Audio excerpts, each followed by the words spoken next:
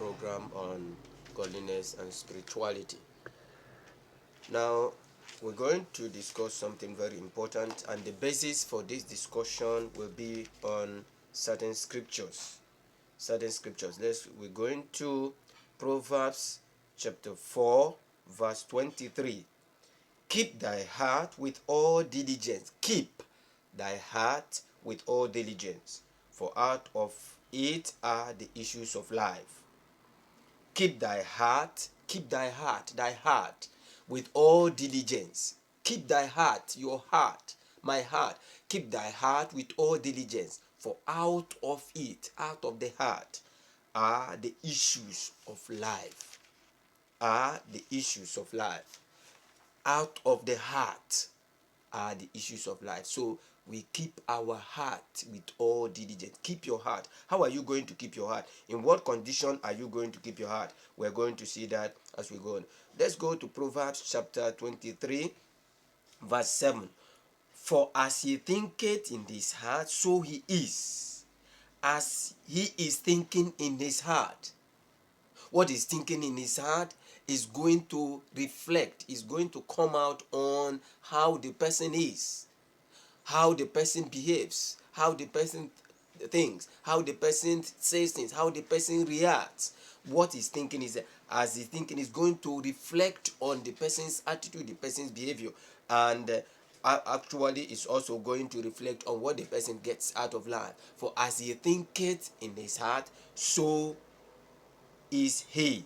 So is he. Let's go to the New Testament, Matthew chapter 12. Matthew chapter 12. We read verse 34. Matthew chapter 12, verse 34b. Verse 34b. For out of the abundance of the heart, out of the abundance of the heart, the mouth speaks. What is in the heart is what the mouth is saying. Nobody enters another person's mouth, another person's heart. You cannot enter another person's heart. You cannot actually, unless God reveals that to you, unless God shows you, you cannot know what is in the person's heart. And what the person says is what you are going to use to assess whether the person is saying this or is saying that. For out of the abundance of the heart, the mouth speaks. Oftentimes, you have heard. Oftentimes, we have heard. Oftentimes, you see a friend of yours or very close friend of yours and he's making a statement. He makes a statement. And after making that statement, he say, no, I'm joking. No, I'm joking about it. And then along the line, you see that after days, you do something. The person will say, did I not say it? I was saying it, but I was saying it in a very funny way. I was saying it jokingly. But now it has come out. It means that what that person said before came out of the heart. It doesn't matter whether the person say no, I'm not serious, I don't mean it. It's coming out of the heart, and the person is serious about it. What is coming out of there? That's why the Bible says, the scripture says, for out of the abundance of the heart, the mouth speaks. Let's go to verse chapter 15. Matthew chapter 15, we read Matthew chapter 15, we read verse 18. But those things which proceed out of the mouth come forth from the heart. Those things which proceed out of the mouth come forth from the heart, and they defile the man. For out of the heart proceeds evil thoughts. Out of the heart. That's why it says, keep thy heart with all diligence. You have to safeguard your heart. Keep thy heart with all diligence. For out of the mouth, out of the heart, proceeds evil thoughts, murders. That's where it starts. Evil thoughts, murders, adulteries, fornication, theft, false witness, blasphemies. These are the things which defile a man. These are the things which defile a man. So the condition of the heart is very important. If the person commits adultery, if the person commits fornication, if the person commits theft, if the person goes into false witness, into blasphemies, into murdering or into murders, and all kinds of evil, is proceeding from the heart. The condition of the heart is the problem. Say if the person wants to change that, he has to, or she has to, or he has to revisit the condition of the heart, revisit the state of the heart, and look at what it's going to do to the heart in order to change that situation. If you want to avoid fornication, if you want to avoid theft, if you want to avoid forgeries, if you want to avoid all evil thoughts, murders, and all the things that defile a man, where are you going to start? You are going to start from the heart. If you want to change the way you think, where are you going to start? You are going to start from the heart. If you are going to change the way you talk, where are you going to start? You are going to start from the heart. Let's see the condition. Let's see the condition of the heart that will make somebody to change. The condition of the heart. We are going to look at this condition of the heart, and each and every one of us will look at the state of the heart, whether your heart is this way or that way, and know where you are going.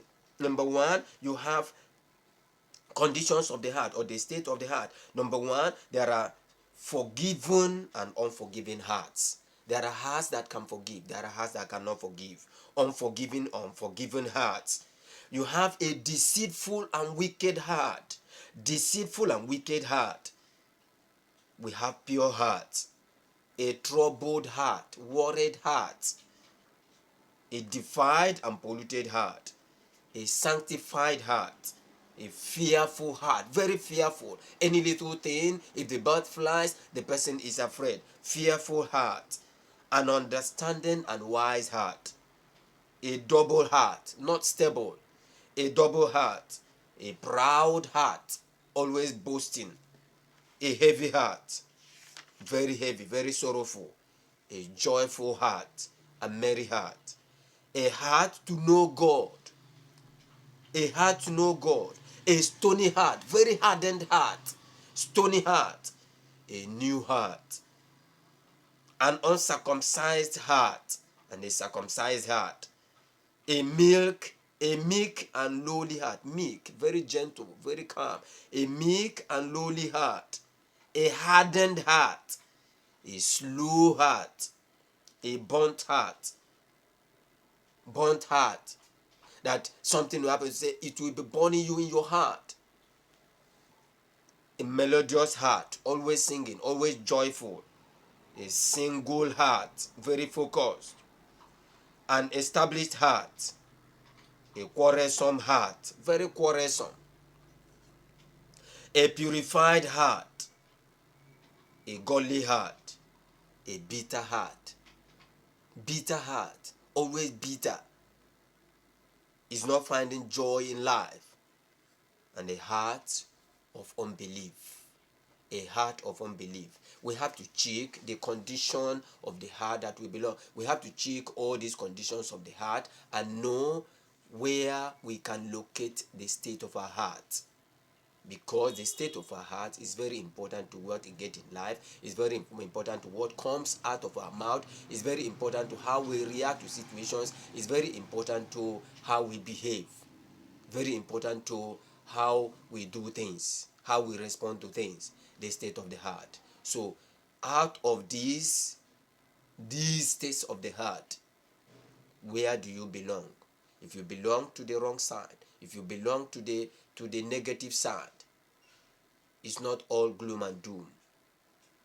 You can change, make amends, and that is why we are human beings. That is why we are not God. You don't change when it's too late. The time is now. Look at the state of our heart. Look at the state of your heart. And we can know where we can fix our heart, the condition of our heart.